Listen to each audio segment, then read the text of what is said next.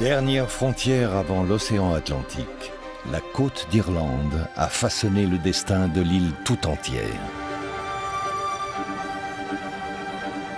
Avec ses rivages sculptés par le temps, elle est antique, mystérieuse, prodigieuse.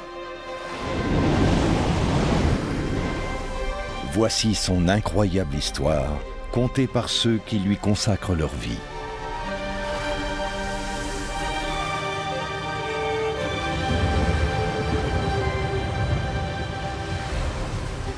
Nous allons retracer ses origines, explorer le quotidien de ses habitants à travers les âges, mais aussi nous intéresser à son avenir.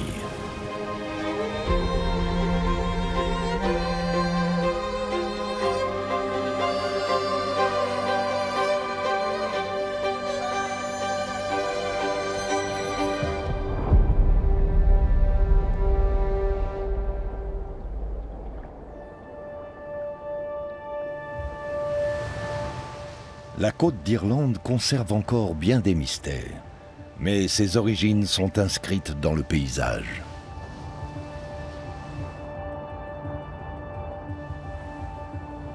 Depuis les paysages engloutis du Connemara jusqu'aux fossiles enchâssés dans ces hautes falaises, la côte irlandaise est un livre ouvert, une histoire qui attend de nous être contée.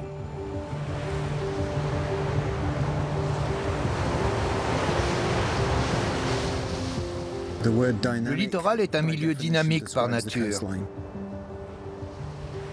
La côte est en perpétuelle évolution. On voit tout autour de nous l'impact des vagues, et sous les vagues, celui des courants. Et ces vagues font partie d'un cycle plus vaste, les marées. L'eau, le vent, l'air viennent frapper le rivage rocheux. C'est tout ce mouvement qui crée notre côte.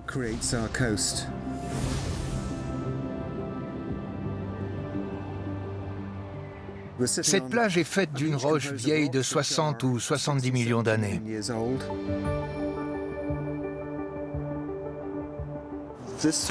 Si je prends une poignée de galets, on voit qu'ils sont plus ou moins arrondis.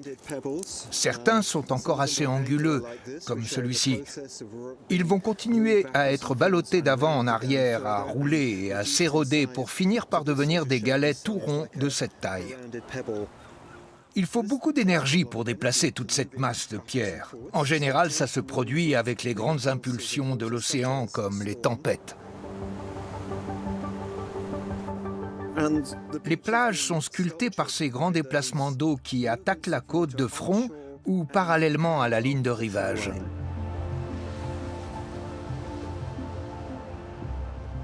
Ici, dans cette partie du monde, la croûte terrestre se soulève sous l'effet d'une force bien plus puissante, la glace. Nous sommes dans le nord de l'Irlande, à Malin Head, une région où la masse continentale continue de se soulever, du fait de la fonte d'anciens glaciers. Le début du phénomène date de la fin de la dernière glaciation, il y a 14 000 ans.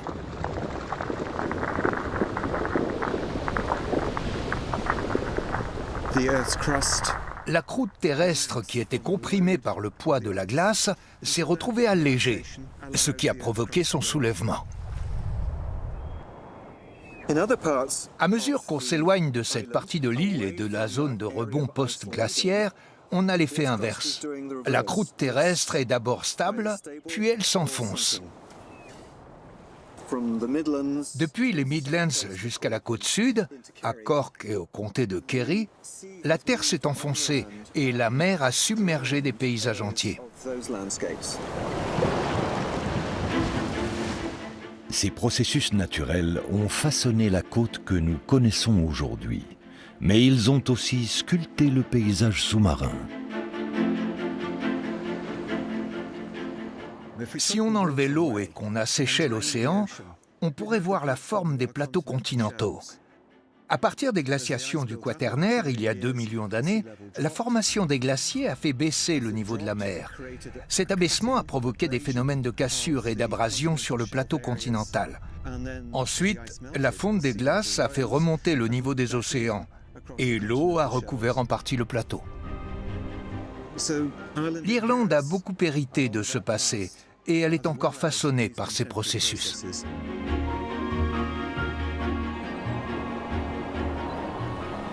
Les différents types de roches et les falaises du littoral actuel nous éclairent sur la composition et l'aspect des paysages du passé. Les événements qui ont façonné la côte que nous connaissons aujourd'hui sont encore inscrits dans les milliards de traces géologiques qui se trouvent juste sous les pieds des promeneurs.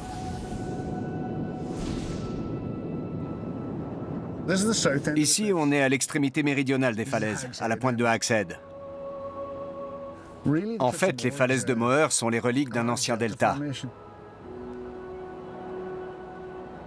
Il y a 320 millions d'années, cette partie de la surface terrestre se trouvait au sud de l'équateur, et c'était l'embouchure d'un fleuve immense. À cette époque, il se jetait dans une mer tropicale peu profonde. Chaque fois que ce fleuve était en crue, un dépôt de sable ou de boue s'accumulait dans son lit. Chacune de ces couches correspond donc à un épisode de pluie vieux de 320 millions d'années. Ensuite, la région a été submergée. Et il y a environ 290 millions d'années, il y a eu un choc tectonique. Deux plateaux sont entrés en collision au sud d'ici. Donc plus au sud, au niveau des comtés de Cork, de Kerry et des péninsules de la région, l'impact a créé des reliefs, mais sa puissance a diminué en allant vers le nord. Les couches sédimentaires ont été moins déformées, mais elles ont quand même été soulevées au-dessus du niveau de la mer. La roche de ces falaises est très ancienne. Les falaises en elles-mêmes sont bien plus récentes. Vers la fin de la dernière glaciation, il y a 19 000 ans, le niveau de la mer était 120 mètres plus bas. On aurait sans doute pu aller à pied jusqu'aux îles d'Aran. Ensuite, le niveau de la mer a monté continuellement. Il a atteint la hauteur qu'on connaît il y a environ 6 000 ans. Quand cette formation est apparue, il n'y avait pas encore de dinosaures, de mammifères ou de plantes à fleurs. Les arbres tels qu'on les connaît n'existaient pas. En fait, rien ne nous aurait paru familier dans cet environnement, parce que toutes ces espèces n'étaient pas encore apparues. Sauf les requins, ils avaient déjà leur forme définitive. On avait à cette époque des plantes et des animaux plus primitifs. On en retrouve les traces dans la roche, sous la forme de fossiles. On trouve des morceaux de corail. Je vais faire quelque chose d'un peu curieux, une habitude de géologue. Je vais lécher ce galet. Ça permet de mieux voir les détails. Certains de ces coraux existent encore aujourd'hui. On arrive même à identifier l'espèce des fossiles. Ça permet de connaître le degré de clarté de l'eau, sa profondeur et sa température quand ces coraux se sont formés. Ici, on a des brachiopodes, des coquillages. Leurs coquilles se sont accumulées sur les fonds au fil du temps. Ensuite, ils ont été compactés et ont fini par devenir du calcaire. S'il n'y avait pas eu de vie sur Terre, il n'y aurait pas eu de calcaire. Donc tout ça, c'est à la base des falaises. Ensuite, quand on remonte vers les couches de schiste, on trouve des fossiles comme celui-ci. Ce sont des goniatites, de lointains parents des calamars et des pieuvres. Ils sont restés enterrés sous la roche pendant environ 320 millions d'années. Et encore plus haut sur la falaise, on trouve aussi ce genre de fossiles. C'est une racine de l'épidodendron, une ancienne plante de type arborescent. C'était un gigantesque lycophyte qui pouvait culminer à 50 mètres de haut. Ces racines montrent qu'on avait ici autrefois une jungle typique des deltas. Le fait qu'on trouve tout ça montre que certaines de ces couches ont bien été au-dessus du niveau de la mer à certains moments. On y trouvait des forêts, toutes sortes de plantes et d'animaux. Et à d'autres époques, elles ont été submergées et se sont retrouvées au fond de la mer. On peut ainsi reconstituer les différentes phases de cette petite partie de la surface terrestre au cours de son voyage de 300 millions d'années depuis l'hémisphère sud jusqu'ici.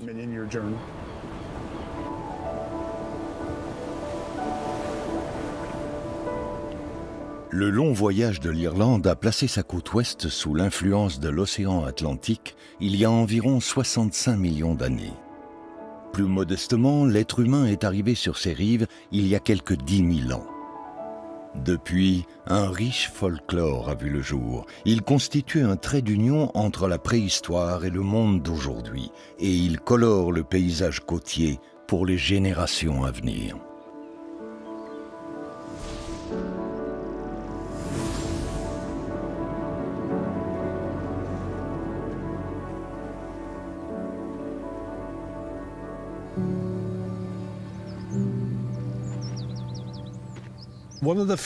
Un Fianna de la bande de Finn McColl's, qui s'appelait Conan Muel, était occupé à ramasser des coquillages sur la grève.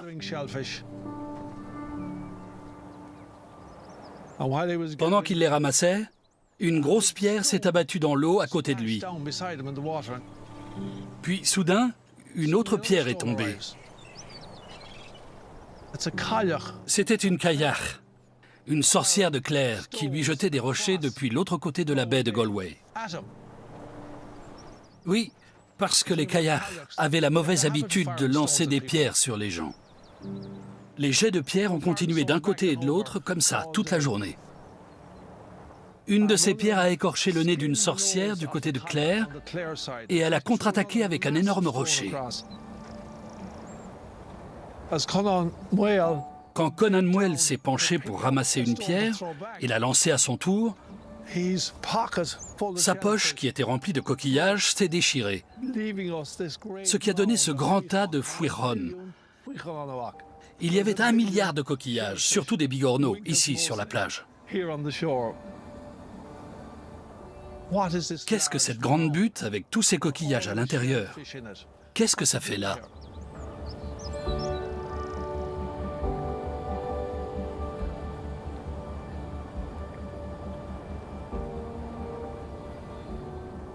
C'est comme une très ancienne bibliothèque. Des légendes racontent qu'il y a un trésor à l'intérieur. Et c'est tout à fait ça, c'est un trésor de connaissances sur les premiers humains qui se sont installés dans la baie de Galway, il y a entre 10 000 et 6 000 ans. C'est la période la moins connue et la plus longue de l'histoire de l'Irlande. De cette époque, il ne survit qu'un seul monument encore visible. Et il est juste derrière moi, An Toch Conon.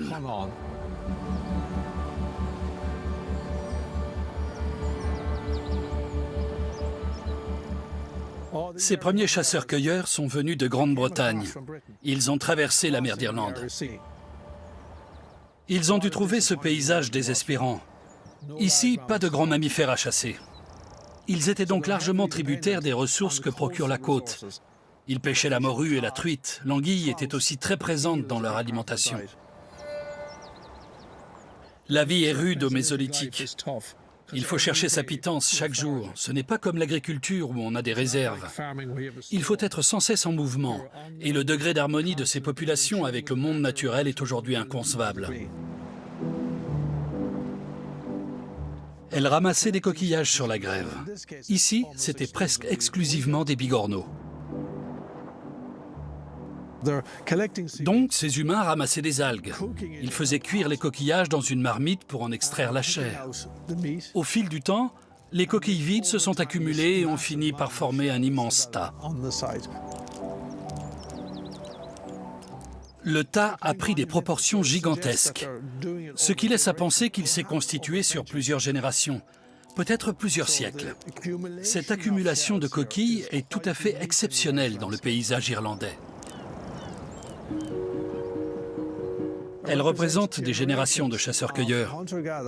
Ce sont de petits groupes nomades, composés peut-être de 10 à 20 personnes, qui reviennent périodiquement à leur endroit préféré. Et leur activité finit par former cette grande butte tout entière faite de coquilles. C'est le dernier vestige d'une série d'amas coquillés disséminés tout le long du rivage. Il y a peut-être eu d'autres tas, mais ils sont sous l'eau. C'est ce qui fait l'importance de ce site.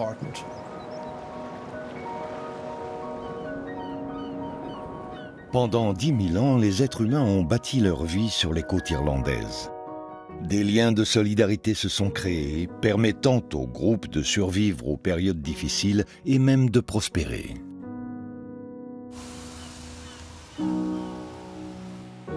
Sur ces rivages, les pirates du Grand Large ont trouvé refuge contre les tempêtes. Des envahisseurs sont devenus des autochtones et des générations ont cherché le réconfort et de nouveaux moyens de subsistance. Une bonne terre, un potentiel pour le commerce et un accès facile. La côte est de l'Irlande a tout de suite séduit les envahisseurs en quête de nouveaux territoires. En 6 siècles, les Vikings et les Normands ont transformé ce paysage. Le comté de Wexford en est l'exemple emblématique. Ici, tout rappelle cette période, l'architecture, les toponymes et même les patronymes.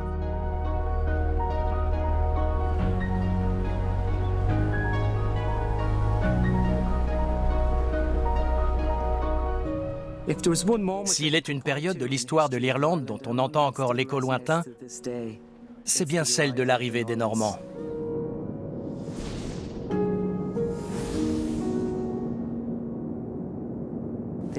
Ils ont accosté dans la baie de Bannow en 1169. C'était le début de la transformation des régions de Wexford et du Leinster.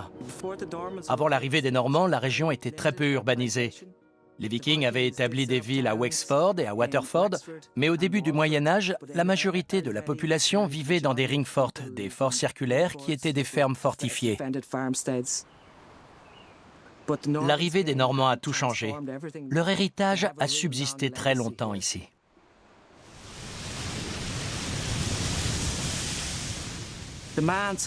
L'homme qui symbolise l'occupation normande du Wexford et du Leinster, c'est Guillaume le Maréchal.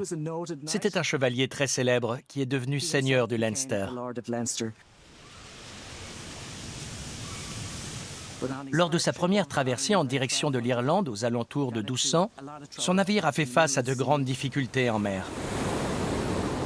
Il était sur le point de faire naufrage. Alors il a fait un vœu. Il a dit à Dieu, « Quel que soit l'endroit où je touche terre, si tu m'accordes la vie, je construirai un monastère en ton honneur. »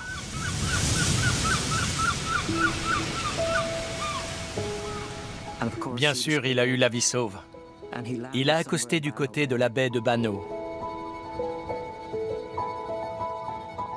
Le résultat fut l'abbaye de Tintern. On l'appelle Tintern Devoto, Tintern du vœu.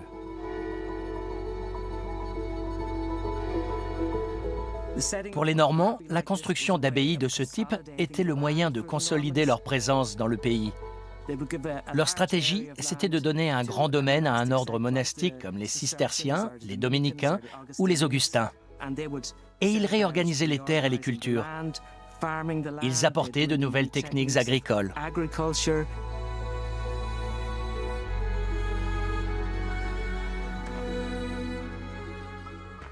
Quand j'étais étudiant en archéologie, j'ai eu la chance de travailler sur des fouilles ici au milieu des années 1990. C'était un merveilleux été et une belle expérience. Nous avons fouillé des canalisations. Les archéologues aiment bien ce type de vestiges. On y trouve un tas de choses qui nous renseignent énormément sur le quotidien de l'époque. On a trouvé de la poterie venant d'Allemagne, de la céramique de Saintonge en France. Le maître mot des cisterciens, c'était l'austérité. Ils se nourrissaient principalement de légumes et de poissons. On a aussi découvert des objets très intéressants, des chevilles d'accordage en os. Les moines de l'abbaye menaient une vie très austère, très dure, mais ils faisaient aussi de la musique, et c'est une pensée assez réconfortante.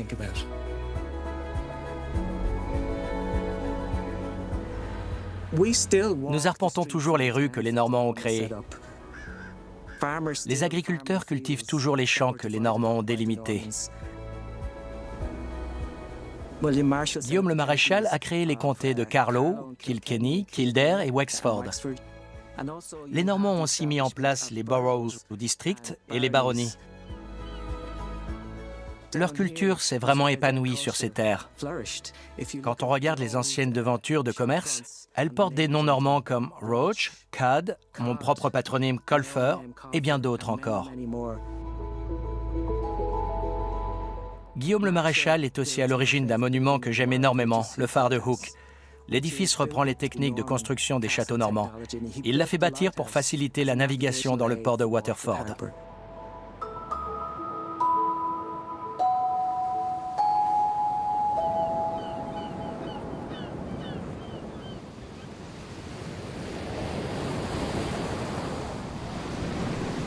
Malgré ces infrastructures destinées à rendre la navigation sûre, les eaux irlandaises sont souvent traîtresses.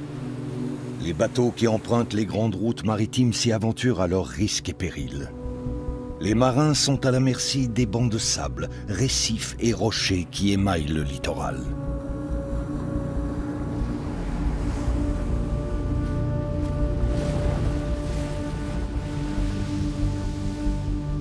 Le service irlandais d'archéologie sous-marine sillonne continuellement la côte en quête d'épaves à explorer et d'existences englouties par la mer.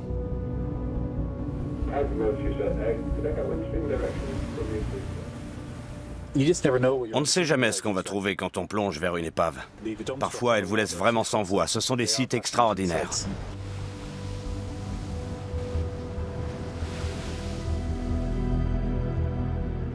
On a commencé à cartographier les épaves il y a 25 ans et à l'heure actuelle, notre base de données en compte 18 000. Les vestiges vont des canoës préhistoriques en bois aux chalutiers de l'ère moderne.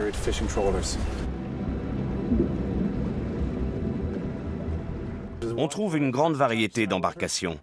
Des navires de guerre des Première et Seconde Guerres mondiales, des sous-marins allemands, beaucoup de navires de commerce de ces périodes.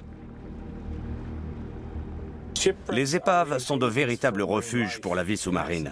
Elles jouent très souvent le rôle de récifs artificiels et abritent une grande biodiversité. Quand un bateau coule dans une zone sableuse, les micro-organismes et les organismes marins, comme les anémones de mer et les éponges, s'accrochent à l'épave. Leur présence attire ensuite les petits poissons et il se crée tout un écosystème. Donc elles sont très importantes d'un point de vue archéologique, mais aussi pour le patrimoine naturel. Ici, dans la baie de Strida, on a les sites de 3 naufrages très importants de navires de l'invincible Armada. Quand elle a appareillé en juillet 1588, l'Armada espagnole comptait 130 navires. L'objectif était d'envahir l'Angleterre et de détrôner la reine Élisabeth. Mais l'expédition a échoué. La flotte espagnole a été décimée et elle a dû repartir pour l'Espagne en contournant l'Écosse et l'Irlande. Après les batailles navales, beaucoup de ces navires sont endommagés, et 3 d'entre eux en particulier, la Lavia, la Juliana et la Santa Maria de Vison, sont contraints de mouiller dans cette baie pour effectuer des réparations, parce qu'ils ont des voies d'eau.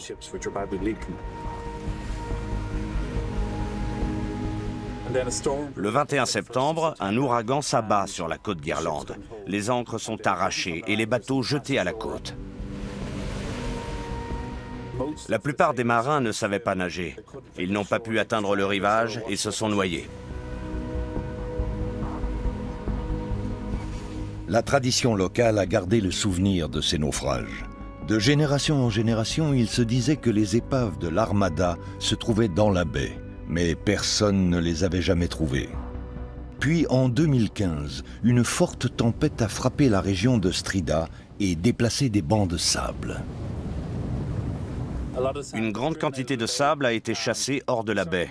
On a commencé à nous signaler des poutres et d'autres objets venant des épaves échouées sur les plages. En avril 2015, on a décidé de plonger aux emplacements supposés des 3 épaves. Depuis le pont, on a vu des ombres qui se détachaient sur le fond. On avait le cœur qui battait très fort.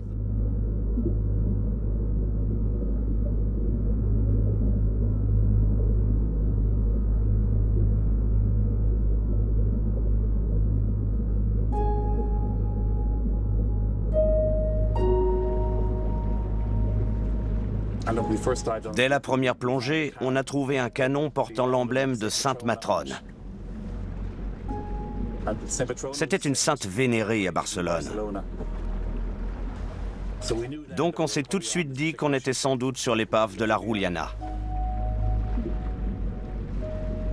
On a découvert une partie de la coque de la Ruliana avec 3 ancres encore accrochées. Puis partout autour de nous, éparpillés sur le fond comme des jouets dans une chambre d'enfant, il y avait 9 canons de bronze magnifiquement décorés, depuis le Fokono d'1,50 m de long jusqu'au canon à longue portée de 2,50 m.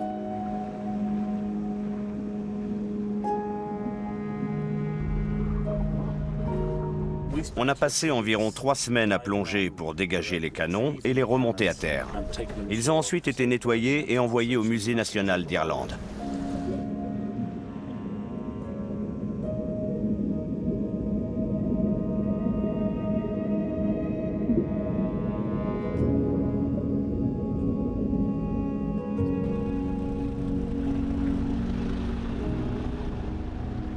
Ces épaves ont souvent des histoires palpitantes, mais il ne faut pas oublier qu'il s'agit avant tout de tragédies humaines.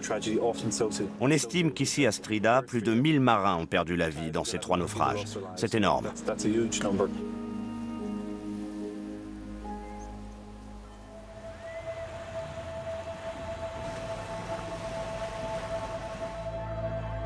Un bon nombre d'habitants actuels des côtes d'Irlande ont à cœur de perpétuer les traditions maritimes du passé.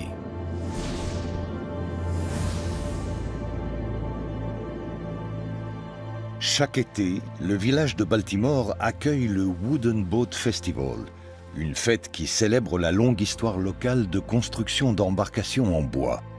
Au 19e et 20e siècle, la région était réputée pour la qualité de ses bateaux de pêche et navires hauturiers. Elle abrite aujourd'hui l'un des derniers chantiers navals traditionnels du pays qui continue de porter haut les couleurs de cette industrie autrefois florissante, l'entreprise Hegarty.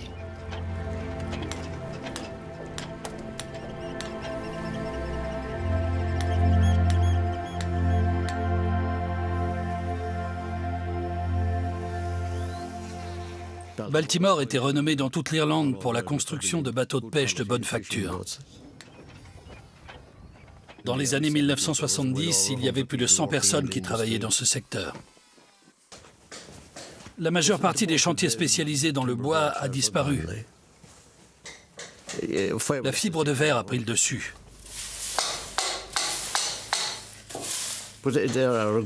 Mais quand même, il y a encore pas mal de gens qui ont envie d'avoir un bateau en bois. Et tous les problèmes qui vont avec.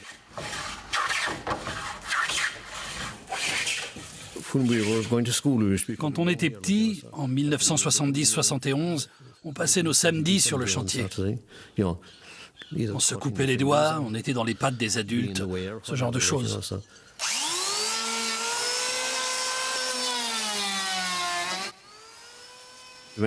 Mon père avait appris le métier sur les chantiers Skinner de Baltimore. Il a fini par s'établir à son compte. C'est ici qu'il a construit son premier bateau. C'est comme ça que tout a commencé.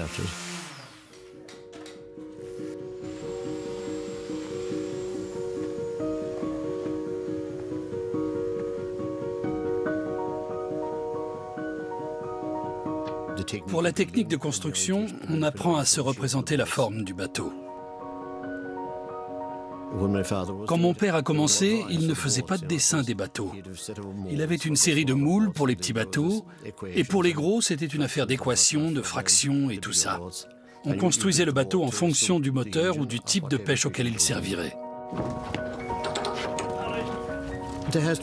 Pour les bateaux qu'on construit, la technique n'a pas beaucoup changé au fil des siècles. On utilise peut-être un type d'assemblage différent, des peintures et des toiles de voile différentes, mais le principe de base est toujours le même.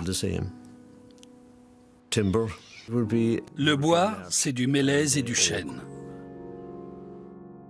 On s'est toujours servi du chêne pour l'ossature, et ensuite on fixe les planches dessus. C'est un peu comme le corps humain. Le mélèze, c'est la peau, et le chêne, c'est le squelette, ou disons la colonne vertébrale.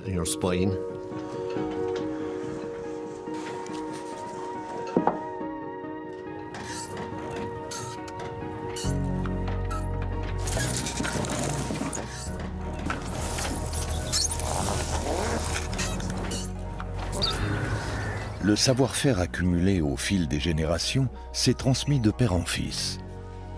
Cette immense expertise a permis à Liam Hegarty de restaurer 2 voiliers construits à Baltimore dans les années 1920, le Searcher et le Elan. Ces compétences vont-elles se conserver dans le futur? Mon fils Paddy a l'air de s'intéresser au métier. Si on veut que ça reste vivant, il faut des gens pour le faire.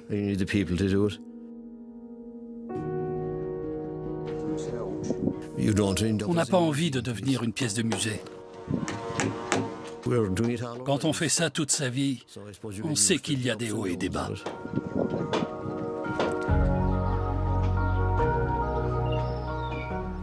Le fleuve est toujours là.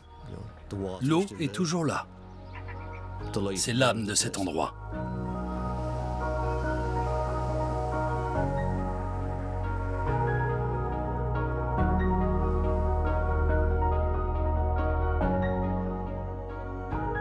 Les côtes ont toujours été le point d'entrée d'idées différentes, de produits nouveaux et de savoir-faire innovants. De nombreux ports du pays étaient prospères, mais ils devaient souvent leur richesse aux populations industrieuses de contrées plus isolées.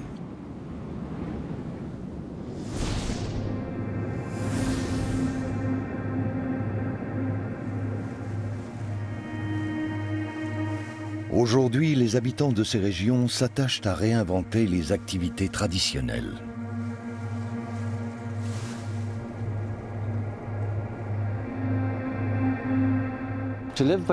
Vivre au bord de l'océan, c'est très particulier. C'est une ressource précieuse et même vitale quand on habite sur une île. Pendant des siècles, les habitants du littoral ont fertilisé leurs terres avec des algues. Et ils ont produit du sel.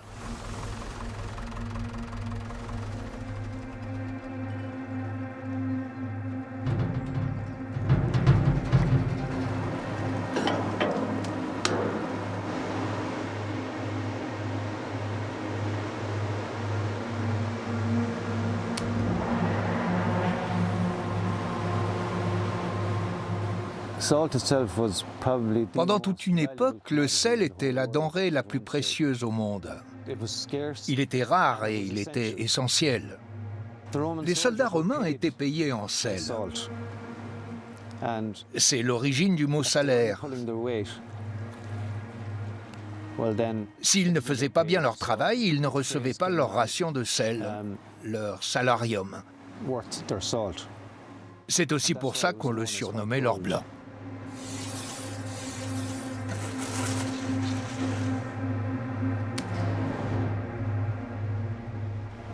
En Irlande, il y a très peu de traces d'une production de sel avant la fin du Moyen Âge, et beaucoup plus pour les 18e, 19e et 20e siècles.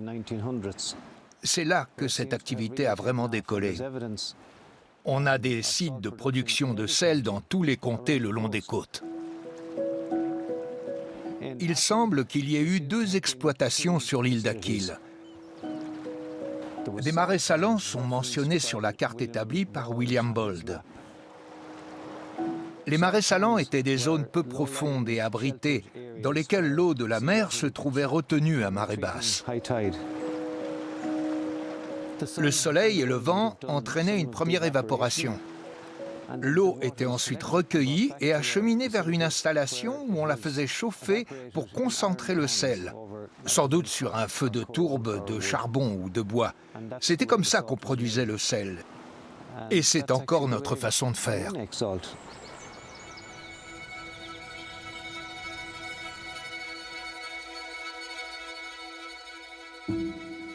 Au départ, on n'avait pas vraiment de grandes ambitions. On a découvert l'existence d'anciennes salines sur l'île et ça nous a beaucoup intéressés. Alors on a fait des recherches sur le sujet et on a décidé de tenter d'en produire. Pour commencer, on a fait du sel pour nous, pour la cuisine. Les premiers essais n'ont pas été très convaincants. On a brûlé quelques casseroles. Mais on a fini par obtenir quelque chose de satisfaisant. On était très content de la texture et du goût. On s'est dit qu'on allait en apporter sur le marché local juste pour voir ce que les gens en pensaient, pour avoir un avis plus qu'autre chose. Les gens l'ont trouvé très bon et c'est de là que c'est parti.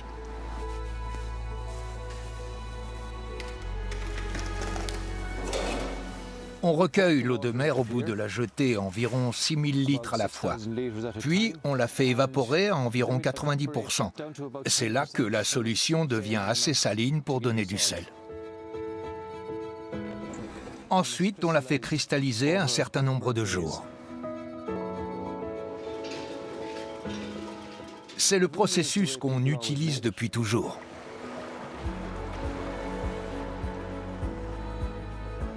Vivre au bord de l'océan, c'est très particulier. On est en lien avec le passé, en lien avec les modes de vie d'autrefois.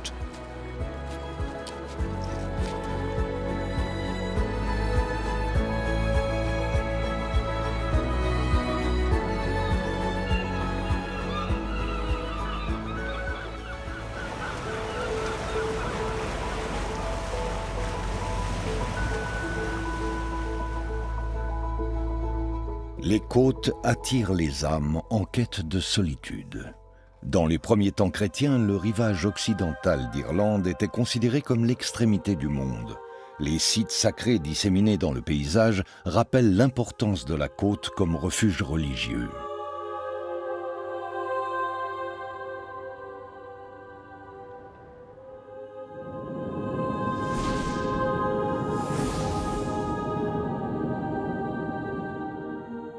Ici, de très anciennes pratiques chrétiennes ont miraculeusement traversé les siècles.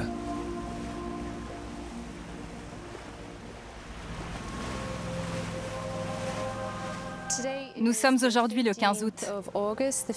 C'est la fête de l'Assomption. Mais c'est aussi le jour du pèlerinage à l'île de Caher.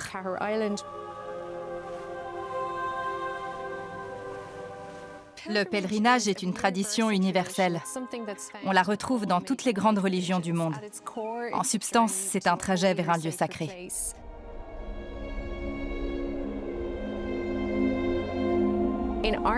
L'Irlande a conservé les traces de pèlerinage préhistoriques. On rendait visite aux lieux sacrés tels que des sommets de collines, des sources et aussi des dolmens à couloirs. Ensuite, le christianisme est arrivé et les pèlerinages ont pris une forme chrétienne. Saint Patrick a mené une grande partie de son activité missionnaire dans cette partie du comté de Mayo. On raconte qu'il s'est rendu sur l'île de Caher par une route magique qui traversait la mer, connue ici sous le nom de route du Saint.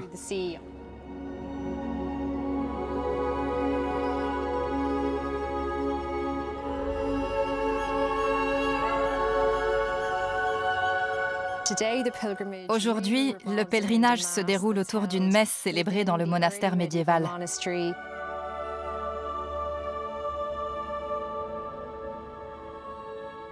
Le monastère a été fondé sur l'île par des moines qui voulaient s'isoler de la société. La côte occidentale de l'Irlande était considérée comme l'extrémité du monde, la frontière du monde chrétien. Et les îles étaient des lieux intermédiaires entre la terre et la mer, et entre ce monde et l'au-delà.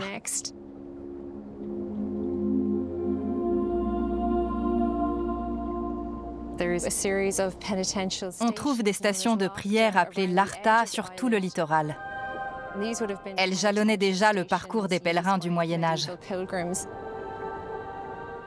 Il y a aussi une église médiévale entourée d'une enceinte carrée.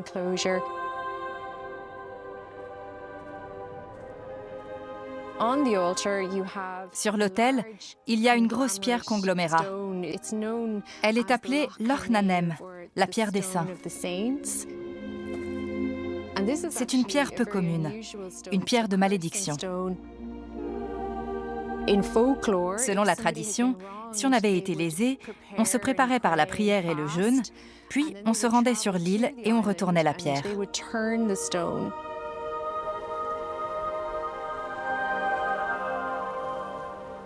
Si les prières étaient exaucées, une tempête se levait. Et c'était la preuve qu'on était dans son bon droit et qu'on avait bien été lésé. Quand les moines ont quitté l'île, le pèlerinage n'a pas disparu. Une des raisons qui explique sa survivance, c'est que cette île revêt une grande importance pour les habitants de la région. On a continué de la considérer comme un lieu sacré. Venir à Kar, c'est une expérience très particulière. Sur cette île, on a le sentiment d'être passé dans un monde différent. On est à l'écart de la civilisation. Beaucoup de gens y sont venus avec leurs parents ou leurs grands-parents. C'est un pèlerinage qui fait partie des traditions familiales. Il crée un sentiment d'appartenance à une communauté. J'espère qu'il va se perpétuer.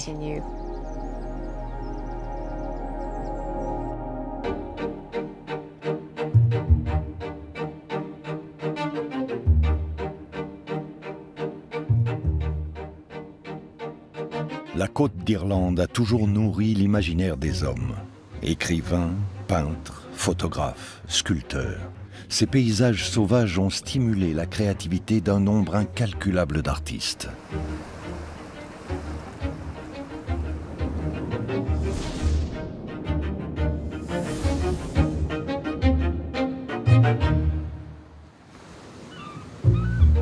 Au début du XIXe siècle, l'artiste botaniste Helen Hutchins est revenue dans son village natal de la baie de Bantry pour chercher le réconfort dans la création.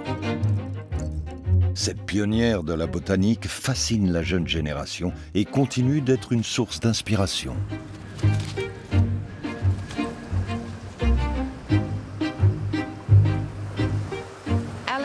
Au cours de sa vie, Helen Hutchins a recueilli plus de 1100 échantillons. Elle a découvert 20 nouvelles espèces, dont 17 sont des spécimens types, ce qui veut dire qu'ils sont considérés comme les exemples parfaits d'une nouvelle espèce. Les botanistes utilisent toujours ces échantillons aujourd'hui.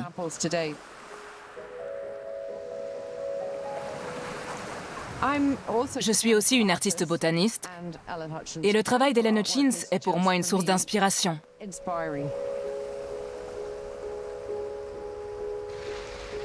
J'ai toujours été intéressée par la nature et j'ai voulu en savoir davantage sur l'écologie, la préservation des espèces et tout ce qu'on trouve sur les plages.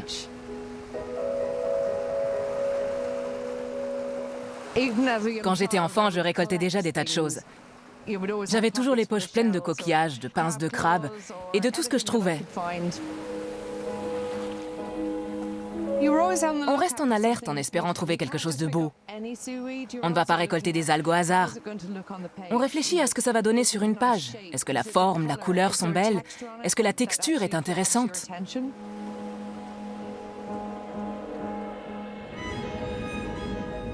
Helen Hutchins nous a laissé un héritage considérable. De nouveaux spécimens, des plantes auxquelles elle a donné son nom, des végétaux anciens qu'elle a trouvés dans cette région. James Mackey du Trinity College est venu à Bantry. Quand il a visité cette région, qui était alors largement inexplorée, il a suggéré à Helen d'étudier les mousses, les lichens et les algues du littoral.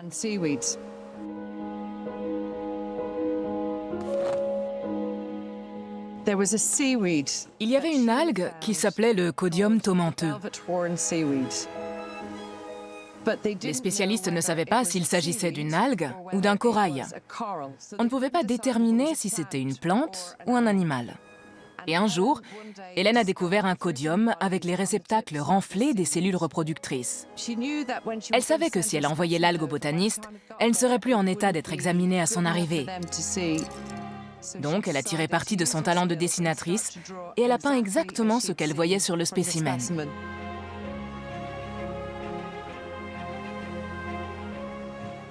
Quand ses correspondants ont vu la peinture, ils ont été stupéfaits par son adresse et sa précision. Cet épisode a marqué le début d'une carrière florissante d'artiste botaniste.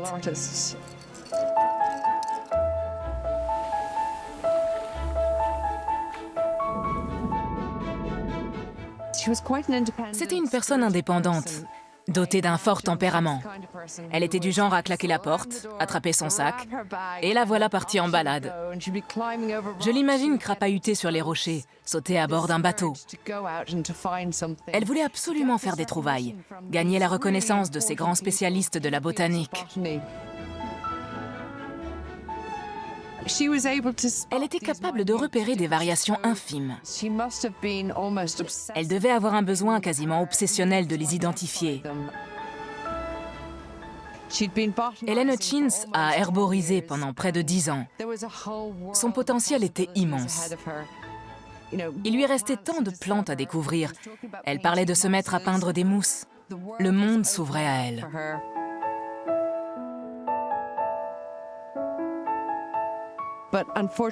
Malheureusement, elle avait toujours été de santé fragile. La maladie a fini par prendre le dessus et elle s'est éteinte à l'âge de 29 ans. C'était une amoureuse de la nature, de ses paysages. Elle était animée par cet esprit de découverte et par le désir de montrer ce qu'elle avait trouvé.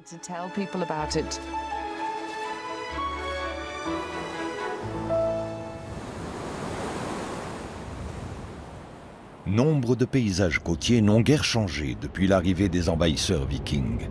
La vie des populations côtières, par contre, n'a souvent plus rien à voir avec cette époque lointaine.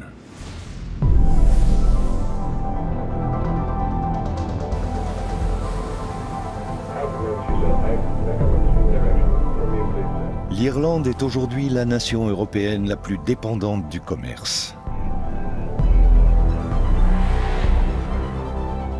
Les anciennes voies maritimes sont désormais des routes commerciales et de nouvelles connexions avec le continent s'ouvrent chaque année. Le port de Dublin est le cœur battant de cette activité. 50% des produits importés en Irlande passent par cette ville dans la ville. Dans le port de Dublin, les jours et les nuits se confondent. Le port est en service 24 heures sur 24, 365 jours par an. Mais les convois de ferry qui entrent et sortent 8 fois par jour rythment son quotidien. On surveille très attentivement ce chenal. Il est considéré comme une infrastructure nationale de toute première importance.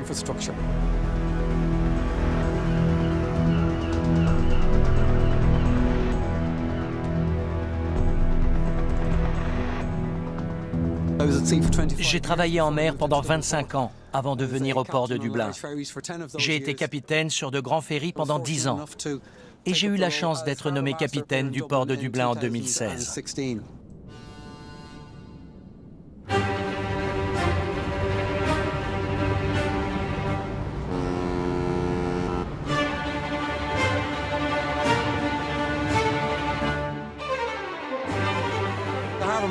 Mon rôle est d'assurer la sécurité et l'efficacité du trafic maritime.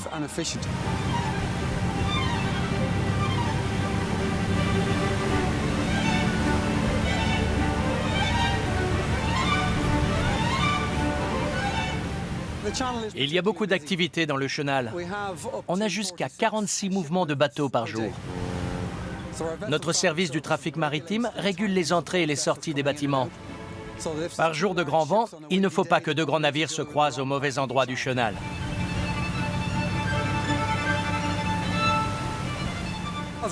Notre île est très dépendante des importations livrées par voie de mer.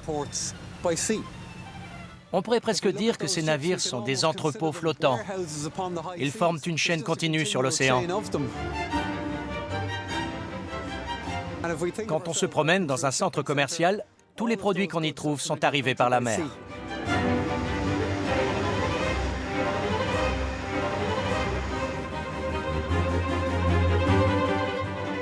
Autrefois, il y avait des milliers de dockers à travailler ici, à attendre d'être recrutés à l'appel du matin.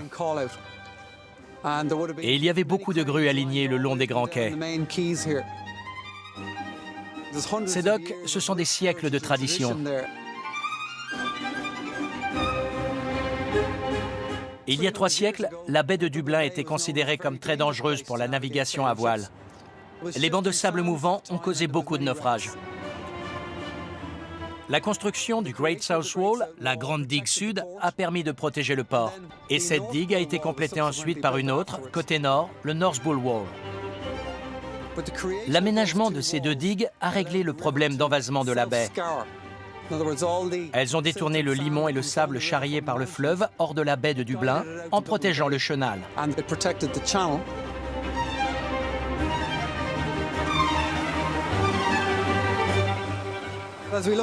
Avec le changement climatique et la montée du niveau de la mer, il est très important de bien entretenir le Great South Wall.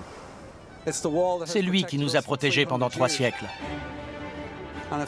Si le niveau des mers monte, on sait que ça va arriver, il faudra construire une autre digue pour protéger la première, ou trouver une solution technique pour la surélever. En tout cas, notre mission est de la préserver pour qu'elle puisse à son tour nous protéger.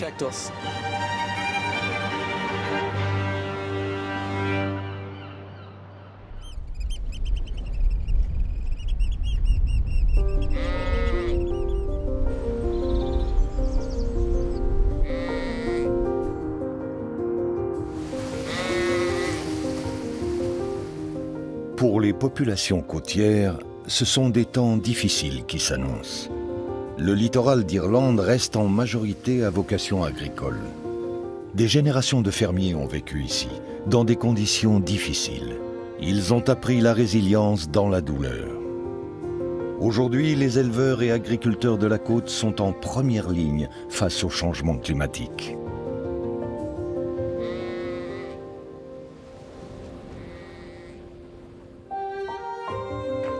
Quel est l'impact de ces changements sur leur quotidien et leur mode de vie?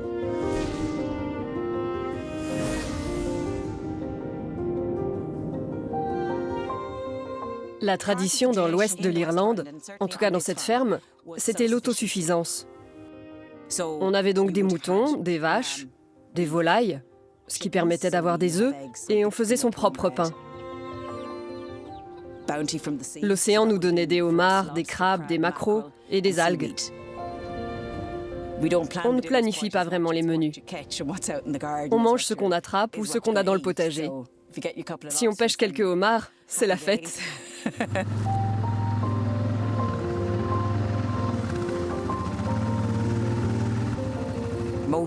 La majeure partie de nos terres est au bord des falaises.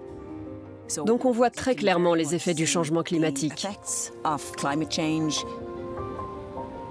Il y a une très forte érosion. Les clôtures sont emportées, ce qui fait qu'on a souvent des agneaux qui tombent de la falaise dans la mer. On a fait pas mal de sauvetage comme ça. Il faut sortir le bateau pour les récupérer, et les moutons n'aiment pas l'eau. Ça peut être très drôle.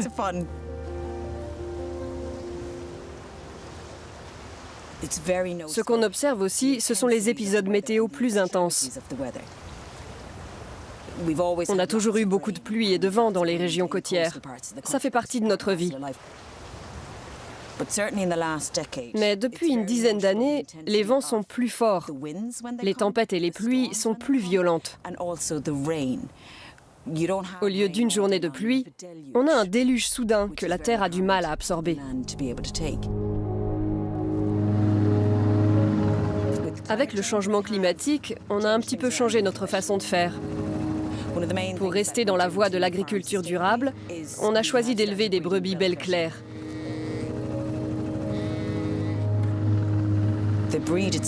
C'est une race très prolifique, ce qui fait qu'on a moins d'investissement de fonds parce qu'on a moins de moutons, donc besoin de moins d'engrais. C'est plus économique, mais au bout du compte, on a davantage d'agneaux et ils sont de meilleure qualité. L'un des avantages de faire de l'élevage sur la côte, c'est l'environnement salé. Les prairies donnent un très bon goût à l'agneau. C'est vraiment délicieux.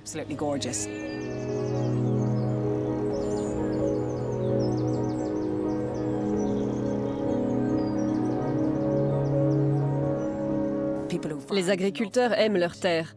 Et dans l'ouest du Kerry, on a une tradition très ancienne, le Mehel. C'est un système d'entraide. Depuis 5 ans, on a un nouveau Mehel.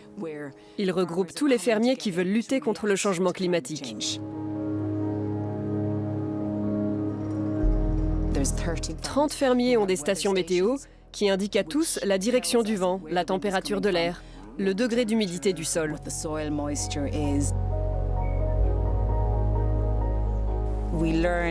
On a appris à faire du pâturage d'hiver. On laisse les moutons brouter l'herbe jusqu'à la racine. Alors en février, le sol est entièrement exposé à la lumière et toute la biodiversité peut s'épanouir.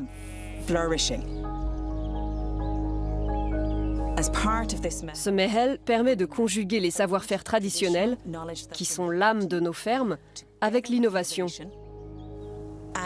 L'objectif, c'est de faire ce qui est bon pour le climat et bon pour l'agriculture.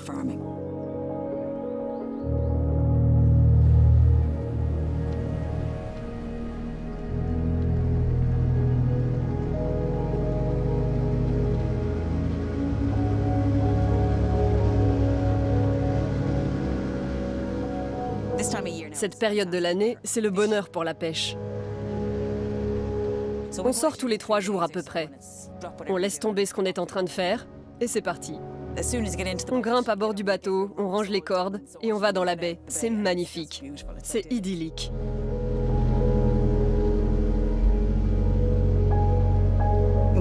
Je ne m'ennuie jamais. On est bien occupé, on travaille parfois très dur, mais c'est très gratifiant.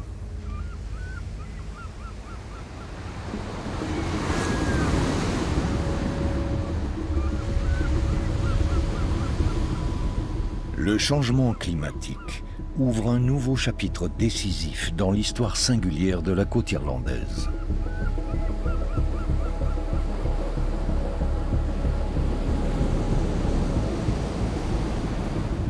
« 45% de la population irlandaise vit dans une bande côtière de 5 km de large. Face à l'évolution du littoral, plusieurs questions se posent. Comment développer la résilience des populations ? Comment trouver un équilibre entre la protection de la faune marine et le développement des énergies renouvelables en mer? Et comment gérer au mieux l'avenir de cet environnement dynamique?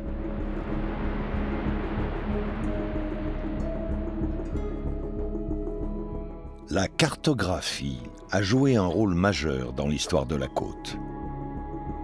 C'est un outil pour visualiser et diffuser la géographie du paysage. Depuis les cartes anciennes jusqu'à l'imagerie sonore la plus récente, l'Irlande a une longue tradition de cartographie côtière et maritime. Quel rôle joue ce travail pionnier dans l'avenir du littoral irlandais ?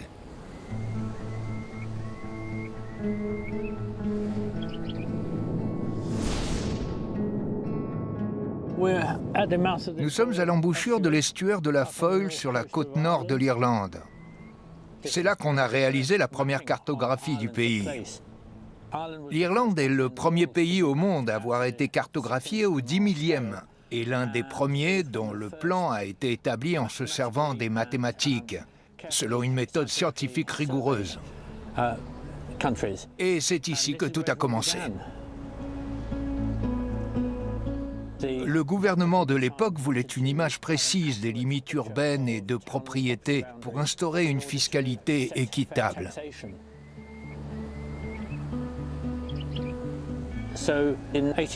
Alors, en 1827, sur la plage, un groupe de soldats du service cartographique de l'État a mesuré une ligne de base. Elle était faite de 3 piliers de pierre placés sur une ligne droite d'environ 12 km de longueur. Une fois la ligne de base établie, on a envoyé un autre groupe de soldats au sommet de la colline sur l'autre rive de l'estuaire de la Foyle. De là, ils pouvaient voir les 2 extrémités de la ligne de base. Ils ont mesuré très exactement les 2 angles entre cette ligne et l'endroit où ils se trouvaient. Ils avaient donc formé un triangle. Comme ils connaissaient la longueur de la ligne de base, ils ont pu calculer la longueur des 2 autres côtés du triangle. Ensuite, ils se sont servis de l'un de ces côtés comme ligne de base d'un nouveau triangle, et ainsi de suite. Ils ont fini par couvrir l'Irlande entière de ces triangles, ce qui leur a donné le point de départ de la carte du pays. C'était un relevé d'une précision extraordinaire.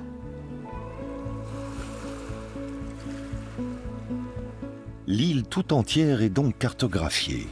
Mais qu'en est-il de la mer? En 1996, la ratification de la Convention des Nations Unies sur le droit de la mer marque un nouveau jalon dans l'histoire maritime de l'Irlande.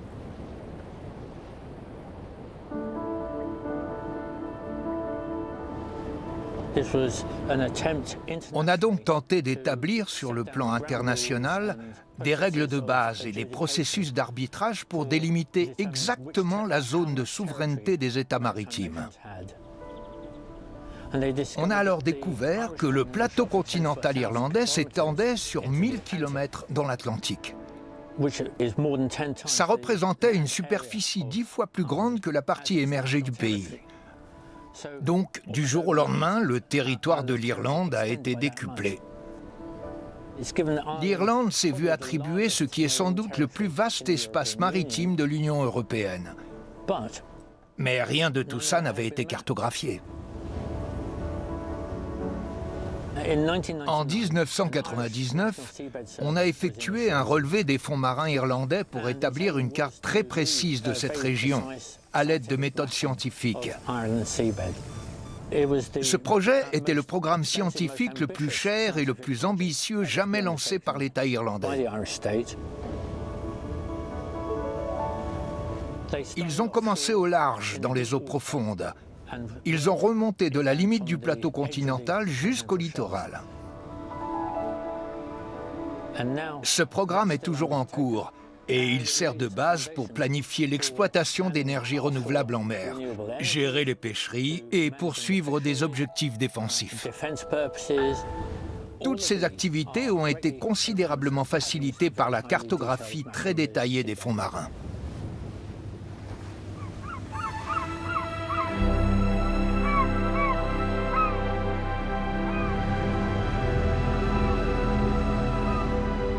Les techniques de cartographie se développent rapidement, tout comme la course aux énergies propres. La situation géographique de l'Irlande à la périphérie de l'Atlantique Nord lui confère un immense potentiel en énergie marine. Elle pourrait devenir l'un des plus grands bassins de production au monde. Les futurs sites ont déjà été repérés tout le long de la côte.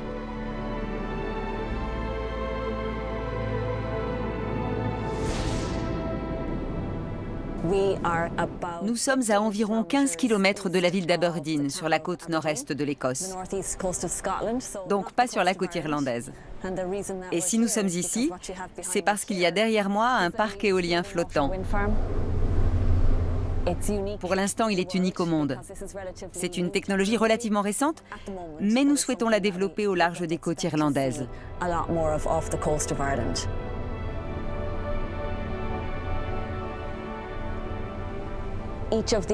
Chacune de ces turbines fait 9 MW et demi. Ça signifie que le courant produit par ces 5 turbines posées sur des fondations flottantes suffit pour alimenter 35 000 foyers.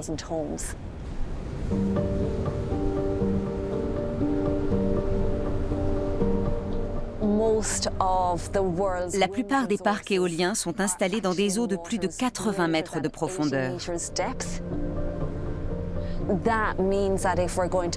Alors si on veut sortir des énergies fossiles, les éoliennes flottantes sont une excellente solution.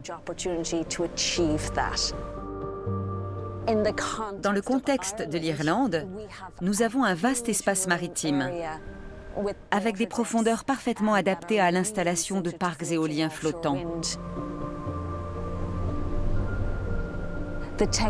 La technologie de l'éolien flottant n'est pas entièrement nouvelle.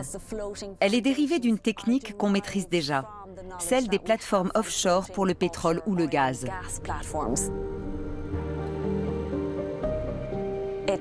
Le port d'Aberdeen est très impressionnant. Il y a tout un écosystème de navires de soutien prêts à se diriger vers les eaux de la mer du Nord pour assurer l'entretien des plateformes offshore pétrolières et gazières.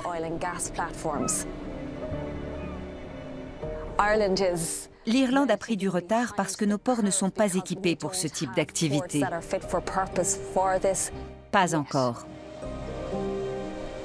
Nous avons l'ambition d'installer un parc éolien offshore d'une capacité de 37 gigawatts, sachant qu'il suffit d'un seul gigawatt pour fournir du courant à 1 million de foyers.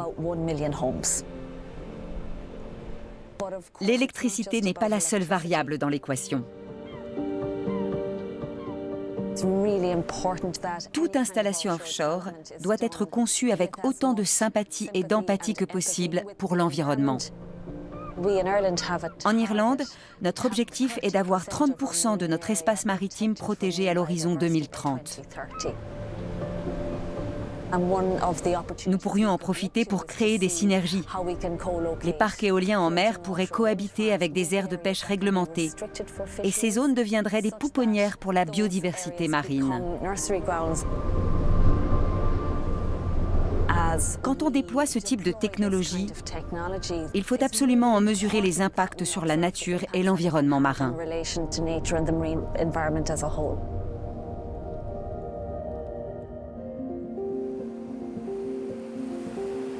Continuons de parler d'avenir. Les côtes d'Irlande sont de plus en plus recherchées pour fortifier le corps et l'esprit. Il est désormais avéré que la proximité de l'eau, et notamment de la mer, est source de bien-être, tant physique que psychologique. C'est ce qu'on appelle la santé bleue, un nouveau champ de recherche passionnant qui tâche d'identifier tous les bienfaits thérapeutiques de l'élément liquide.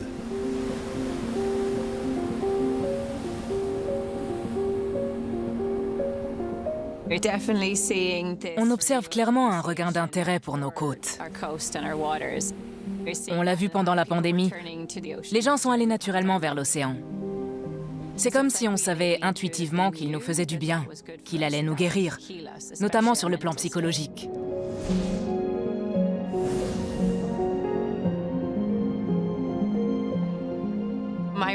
L'océan est une source d'émotions très variée. Il me nourrit de différentes façons. Ça va du besoin d'aventure, de l'adrénaline qu'il procure, à une envie de simplement sentir le pouvoir curatif de la mer et de l'océan.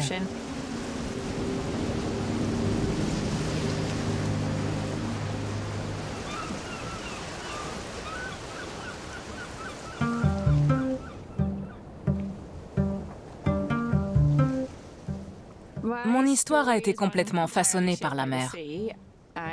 Je m'appelle Iski Britton. On m'a donné le nom d'une vague de la côte ouest d'Irlande, l'un des spots de surf favoris de mon père. Ce prénom vient aussi du mot irlandais qui veut dire poisson, isk. On pourrait dire que j'ai de l'eau salée dans le sang. Mes deux parents étaient surfeurs et j'ai grandi ici, à Rosnaila. La mer a toujours été mon terrain de jeu.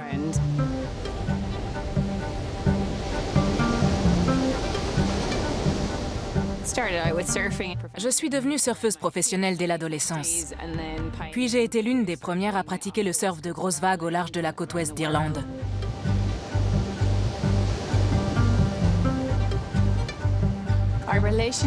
On a une relation paradoxale à la mer. C'est un monde impressionnant et merveilleux qui peut aussi être très apaisant. C'est une force d'une immense puissance, synonyme de peur, de risque, de danger.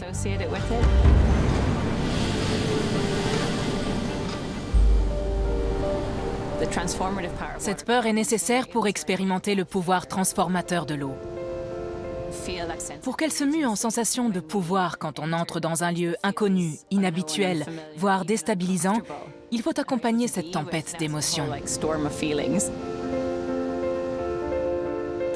Tout ça m'a donné envie d'en savoir davantage sur notre relation à l'océan et à l'eau, ce qu'ils nous font, ce qu'on leur fait, de comprendre pourquoi ils m'attirent autant.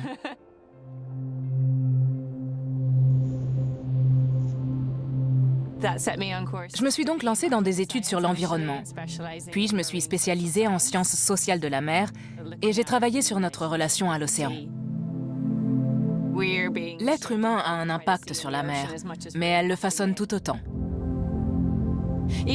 On pourrait même considérer l'humain comme une masse d'eau. Nous sommes composés d'une eau très semblable à l'eau salée.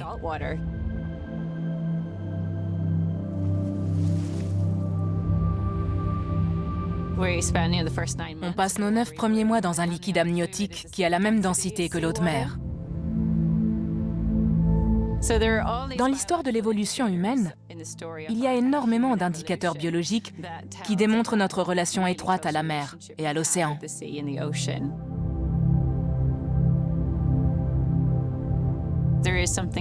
L'eau produit sur nous toute une série d'effets très particuliers. Elle crée en quelque sorte de nouveaux câblages dans le cerveau. Tout ça est lié à la nature même de l'eau. Elle est multisensorielle et ses variations constantes d'ombre et de couleurs attirent naturellement notre attention. Sa présence calme et apaise l'esprit. Quand on est dans l'eau, le rythme cérébral est le même que pendant la méditation.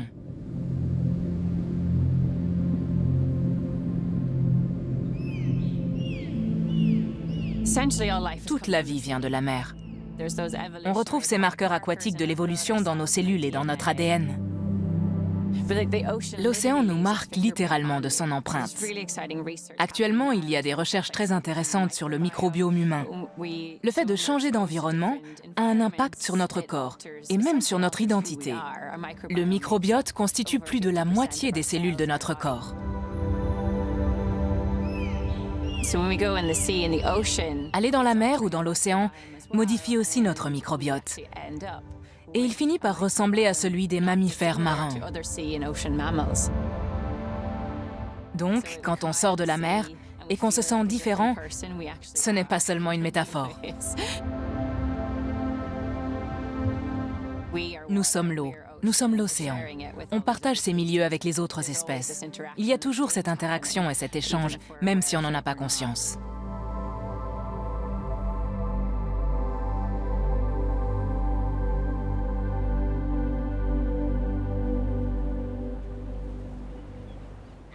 À quelques mètres des falaises et des histoires qu'elles nous racontent, nous recevons des signaux inquiétants du côté des îles et des eaux côtières. Il est donc plus important que jamais d'étudier leur écologie.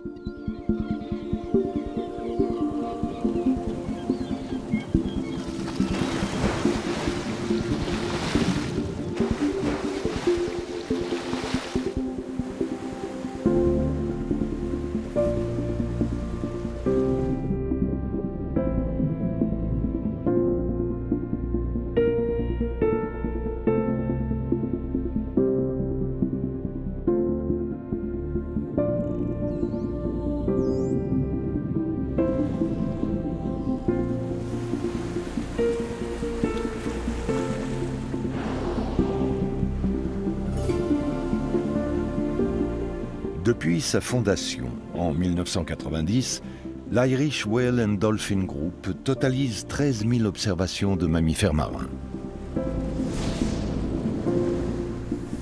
Les eaux côtières d'Irlande comptent parmi les plus riches des zones tempérées pour les plantes, les oiseaux et les mammifères marins. Mais cet environnement est en train de changer. Les choses évoluent assez lentement dans l'environnement marin. Mais les baleines et les dauphins sont de bons indicateurs de ces changements.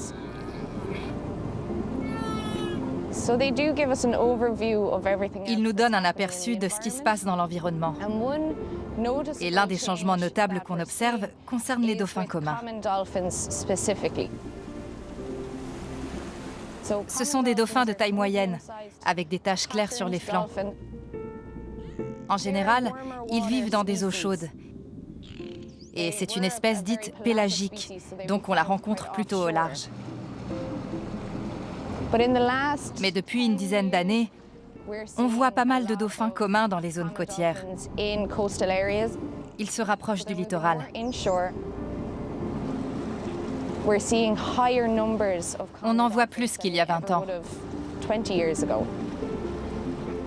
Et c'est parce que les températures de l'eau montent. La baie de Black Sod est un bon exemple de ce phénomène. On les aperçoit désormais assez souvent dans cette région. Le problème, c'est qu'ils connaissent mal les environnements côtiers. Ils sont habitués aux eaux profondes. Donc, quand ils viennent dans la baie de Black Sod et près des côtes du comté de Mayo pour s'y nourrir de poissons, il leur arrive de se faire surprendre par la marée. Il y a pas mal de bancs de sable dans cette zone. Ils sont bloqués par les marées et s'échouent sur le rivage. On rencontre aussi de grands dauphins dans cette région, Mais eux sont habitués au paysage côtier et ne se laissent pas surprendre par la marée. Ils sont déjà bien adaptés à cet environnement. Les baleines à bosse reviennent périodiquement en Irlande lors de leur migration. Ce sont des baleines à fanon, donc elles filtrent l'eau pour se nourrir. Chaque baleine a sur sa nageoire caudale un motif de forme et de couleurs différentes. Notre banque de photos nous permet de les comparer. C'est comme les empreintes digitales chez les humains. Aucune baleine n'a les mêmes motifs sur sa queue.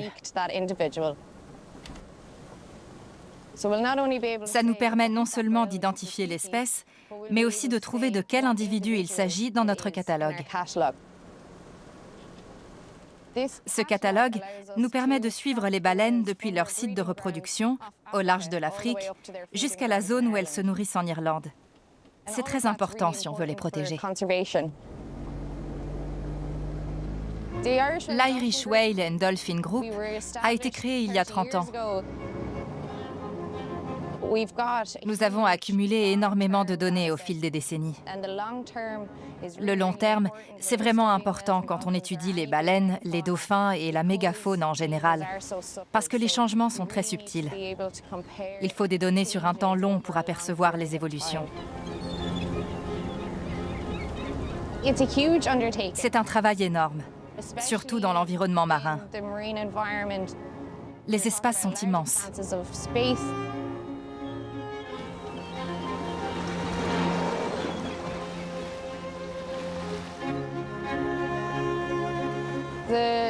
L'océan est le poumon de la Terre. C'est notre réserve d'oxygène.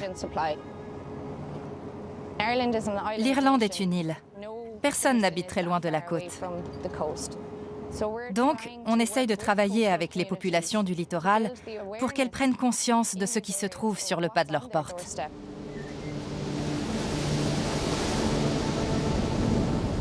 Les environnements côtiers sont en première ligne face au changement climatique. Et il est essentiel de faire de la pédagogie auprès des populations locales. Mais peut-on aller plus loin? Que se passe-t-il quand les habitants d'une zone menacée se mobilisent et font cause commune pour décupler leur capacité de résilience? Devant des prévisions catastrophiques pour un coin de terre cher à leur cœur, les habitants d'un village de l'ouest du comté de Kerry ont pris les choses en main.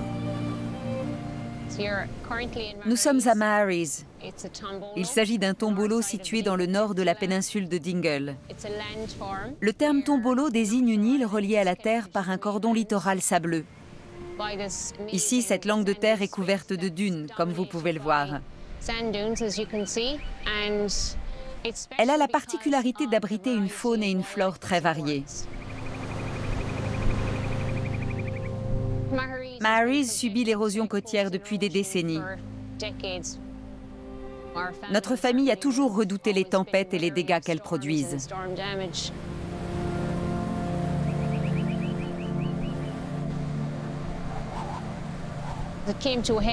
En 2016, ça a été vraiment terrible.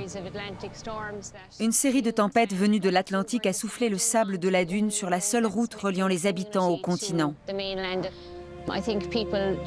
Tout le monde était très inquiet.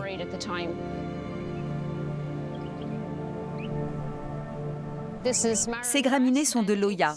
C'est une plante extrêmement fragile. Il suffit de la piétiner une dizaine de fois pour qu'elle meure. Toute cette végétation retient le sable. Si elle n'est plus là, il est exposé aux éléments et s'envole. Et la terre recule.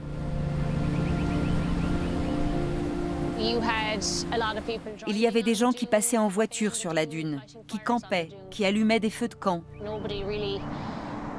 Et personne ne se rendait compte que tous ces petits actes étaient destructeurs et que, mis bout à bout, ils causaient d'énormes dégâts.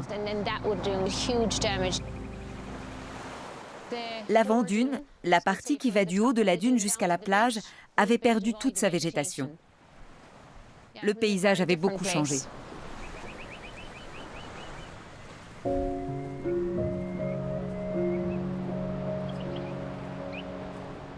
Les habitants de Maharees se sentent profondément liés à cet endroit. Ils comprennent ce qu'il a de spécial. Nous avons un patrimoine tellement riche, à commencer par une grande biodiversité. On a beaucoup d'espèces d'oiseaux, d'amphibiens et d'insectes sur la dune. Mais nous avons aussi un formidable patrimoine vivant, avec des compétences et des traditions qui se transmettent de génération en génération. La construction et les courses de corail, la culture des légumes, la pêche. On a une identité très forte. Et je crois que c'est ce qui fait ressortir le côté protecteur des gens.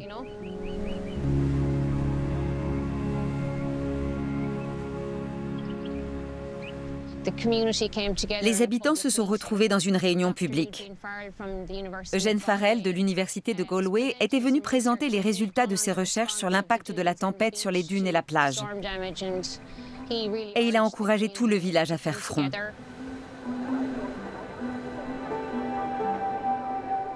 On avait un certain nombre de défis à relever. L'objectif était vraiment de protéger la végétation et de la restaurer là où elle avait disparu. On a testé différentes approches. On était des pionniers en quelque sorte. On procédait un peu à l'aveuglette. Notre première mesure a été de restreindre l'accès aux dunes. On installe des clôtures à la base des dunes. Et on les enlève à la fin de l'été pour laisser fonctionner la dynamique naturelle des dunes. C'est un environnement mouvant. Le sable passe sans arrêt d'un endroit à l'autre. On a aussi replanté des zoyas. On a prélevé des petites pousses sur la dune et on les a repiquées un peu plus loin.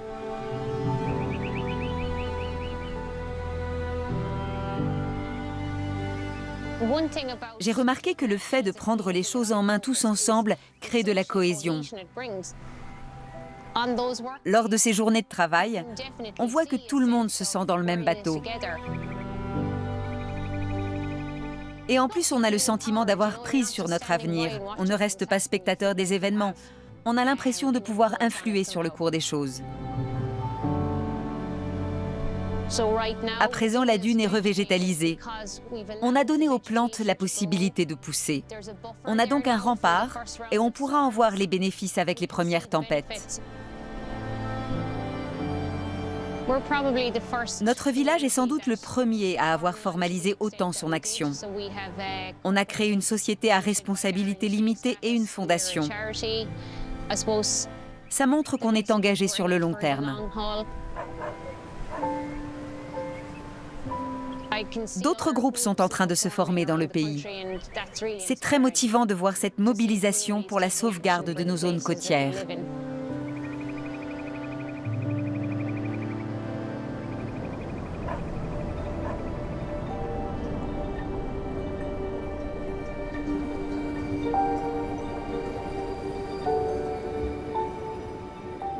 Depuis que l'Irlande est une île, elle a toujours été sous l'influence d'un climat océanique tempéré. Au cours de la plus grande partie de son histoire géologique, l'Irlande était donc couverte d'une forêt tempérée humide. L'activité humaine a peu à peu fait disparaître cet épais couvert végétal. Pourtant, une parcelle du patrimoine naturel préhistorique de l'Irlande a survécu dans le comté de Cork, sur la péninsule de Beara. Et si elle est petite par la taille, cette forêt est d'une immense importance.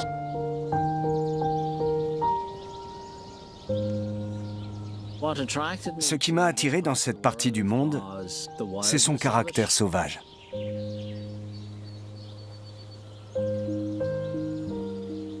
Le fait d'être sur le seuil de l'Atlantique.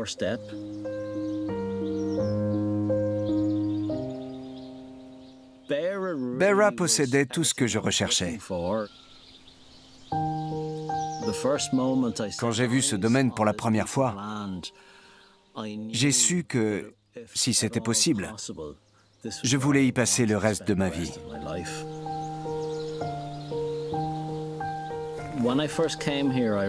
Ici, j'ai compris que quand on arrête de cultiver la terre pendant quelque temps, n'importe quelle terre, la nature redevient une forêt extraordinaire.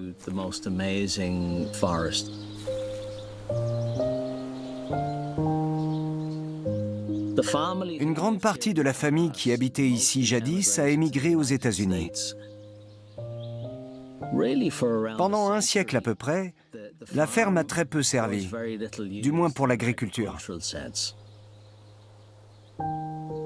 Pendant toute cette période d'inactivité, des poches de nature sauvage se sont reconstituées. Quand je suis arrivé, c'était très beau. En revanche, c'était un véritable naufrage sur le plan écologique à cause de certains animaux. Je ne savais pas encore que le type forestier de cette région était la forêt tempérée humide.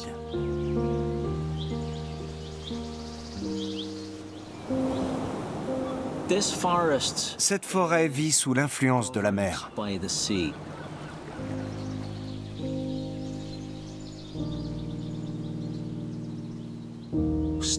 Les tempêtes rendent ce milieu extrêmement dynamique. Elles font tomber des arbres et arrachent des branches, ce qui crée des trouées dans le couvert et fait entrer la lumière. Si on qualifie ce milieu de forêt humide, c'est du fait de l'abondance des plantes épiphytes. Les épiphytes sont des plantes qui poussent sur d'autres plantes, surtout des arbres.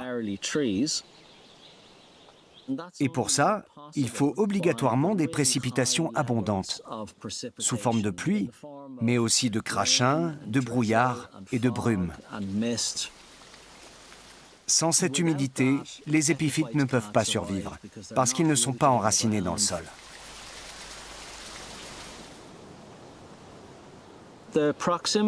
La proximité de la mer est vraiment la clé de ce type de milieu.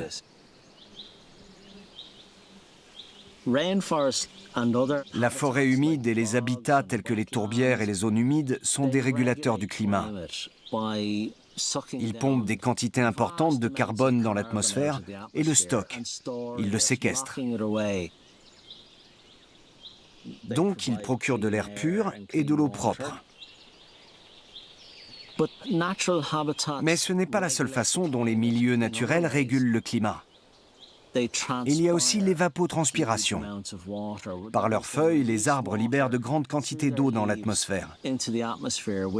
L'humidité forme alors des nuages qui réfléchissent les rayons solaires et les renvoient vers l'espace.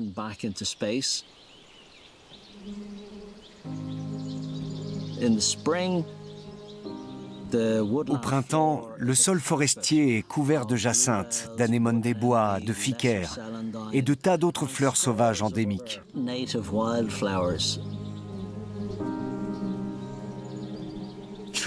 Les feuilles de la canopée commencent à s'ouvrir. Des trouées font des puits de lumière qui illuminent les mares sur le tapis forestier.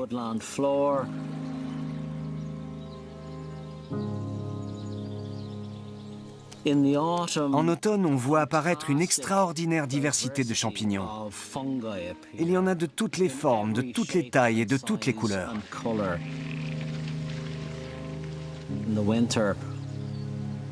Et en hiver, quand les feuilles se mettent à tomber, les branches dénudées révèlent l'architecture des arbres.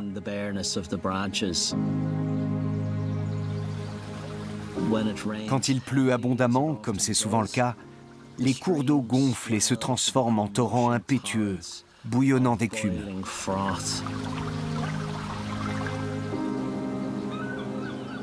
Ce qui fait la spécificité de cet endroit est en grande partie dû à la proximité de la mer.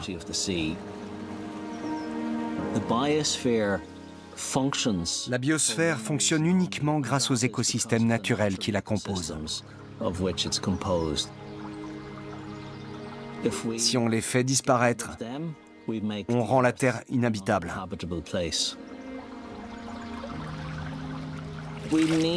Il faut que nous changions d'approche. Il faut adopter une autre philosophie qui consiste à laisser faire la nature.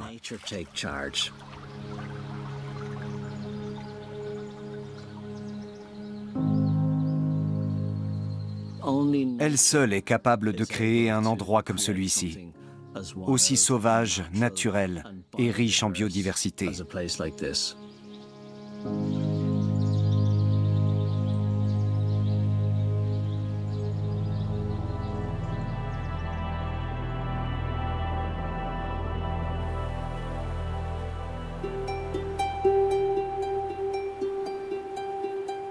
Les habitants des côtes d'Irlande sont au pied du mur.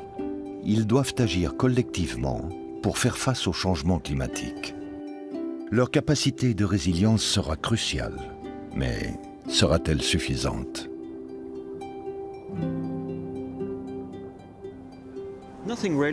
Il n'y a rien de nouveau dans ce qui est en train de se passer. Ça fait des décennies qu'on est au courant.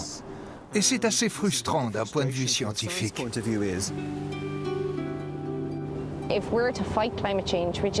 Pour lutter contre le changement climatique, qui est une réalité très actuelle, il faut trouver des solutions qui vont compenser les problèmes qu'on rencontre.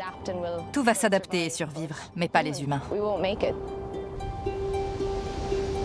L'océan est notre principal allié. Il nous a protégés des effets les plus dévastateurs de la crise climatique. Il absorbe une grande partie du dioxyde de carbone et de la chaleur de la planète. Plus l'eau et l'océan sont en bonne santé, plus nous le sommes aussi. Nous avons besoin d'un océan bien portant. On ne peut pas bien vivre si la mer est malade. Nous pouvons résoudre ce problème. La technologie peut nous permettre de mieux bâtir, de mieux gérer le littoral, les côtes et les transformations de notre espace de vie. Mais pour cela, il faut planifier les choses. C'est là-dessus qu'il faut se concentrer.